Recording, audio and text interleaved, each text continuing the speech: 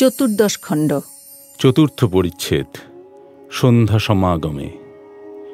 ক্রমে সন্ধ্যা হইল। সিন্ধু বক্ষে যথায় অনন্তের নীল ছায়া পড়িয়াছে। নিবিড় অরণ্য মধ্যে, অম্বর স্পর্শী পর্বত শিখরে, বায়ু বিকম্পিত নদীর তীরে, দিগ দিগন্ত ব্যাপী প্রান্তর মধ্যে ক্ষুদ্র মানবের সহজেই ভাবান্তর হইল। এই সূর্য চরাচর বিশ্বকে আলোকিত করিতেছিলেন। কোথায় গেলেন? বালক ভাবিতেছে, আবার ভাবিতেছেন। বালক স্বভাবাপন্ন মহাপুরুষ। সন্ধ্যা হইল। কি আশ্চর্য! কে রূপ করিল? পাখিরা পাদপশাখা আশ্রয় করিয়া রব করিতেছে।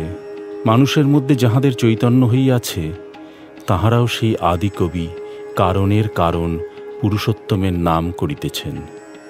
কথা কহিতে কহিতে সন্ধ্যা হইল। ভক্তেরা যে যে আসনে বসিয়াছিলেন, তিনি সেই আসনেই বসিয়া রহিলেন। শ্রীরামকৃষ্ণ মধুর নাম করিতেছেন। সকলে উদ্গ্রীব ও উৎকীর্ণ হইয়া শুনিতেছেন।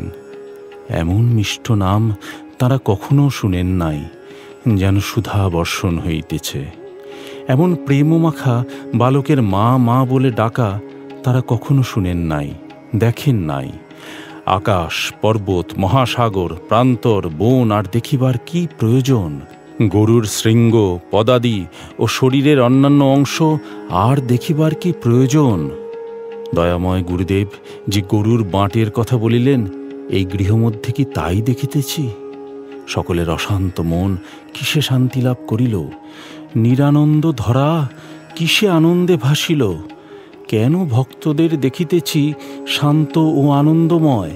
এই প্রেমিক সন্ন্যাসী কি সুন্দর রূপধারী অনন্ত ঈশ্বর? এইখানেই কি দুগ্ধপান পিপাসুর পিপাসা শান্তি হইবে?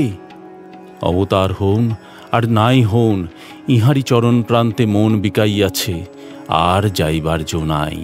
ইহারেই করিয়াছি জীবনের ধ্রুবতারা। দেখি ইহার হৃদয় সরোবরে সেই আদি পুরুষ কিরূপ প্রতিবিম্বিত হইয়া আছেন।